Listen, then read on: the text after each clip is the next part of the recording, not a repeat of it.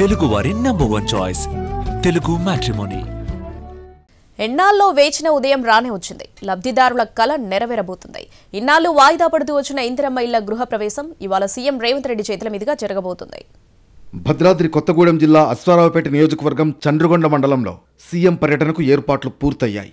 మధ్యాహ్నం 2:20 హెలికాప్టర్ ద్వారా చండ్రుగొండ చేరుకుంటారు సీఎం రేవంత్ రెడ్డి. రోడ్డు మార్గం ద్వారా బెండాలపాడు గ్రామం చేరి ఇందిరమ్మ ఇళ్ల గృహప్రవేశంలో పాల్గొంటారు సీఎం. తర్వాత పైలాన్ ఆవిష్కరించి ఇందిరమ్మ ఇళ్ల లబ్ధిదారులతో సీఎం భేటీ కానున్నారు. మధ్యాహ్నం 3:15 దామరచర్లలో జరిగే ప్రజాసభకు హాజరవుతారు సీఎం రేవంత్ రెడ్డి. బెండాలపాడులో ముఖ్యమంత్రి రేవంత్ రెడ్డి పర్యటన సందర్భంగా ఏర్పాట్లను మంత్రి పొంగులేటి శ్రీనివాసరెడ్డి, జిల్లా కలెక్టర్, ఎస్పీ పరిశీలించారు. చండ్రుగొండ మండలంలోని బెండాలపాడులో లబ్ధిదారులు గృహప్రవేశం చేయబోయే ఇళ్లు, హెలిప్యాడ్, సభాస్థలాల ఏర్పాట్లను రాష్ట్ర రెవెన్యూ శాఖ మంత్రి పొంగులేటి శ్రీనివాసరెడ్డి పర్యవేక్షించి అధికారులకు పలు సూచనలు చేశారు. చండ్రుగొండ మీదుగా ప్రయాణించే వాహనాల దారి మళ్లింపు, ట్రాఫిక్ నిబంధనలను పోలీస్ యంత్రాంగానికి ఆదేశాలు జారీ చేశారు. ఇందిరమ్మ ప్రభుత్వంలో ప్రతి ఒక్క నిరుపేదకు సొంతింటి కల నెరవేర్చాలని ఈ ప్రభుత్వం కృతనిశ్చయంతో ఉందన్నారు పొంగులేటి.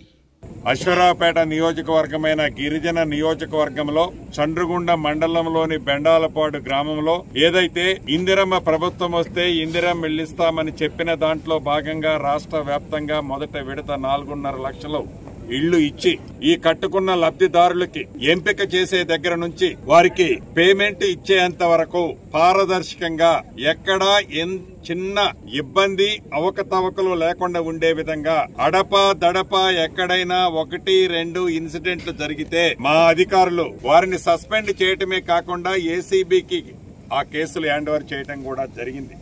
సీఎం రేవంత్ రెడ్డి పర్యటనలో ఎలాంటి అవాంఛనీయ సంఘటనలకు తావు లేకుండా 1200 మంది పోలీసులతో పటిష్టమైన ఏర్పాట్లు చేశారు అధికారులు. వాహనాలను దారి మళ్లిస్తున్నారు.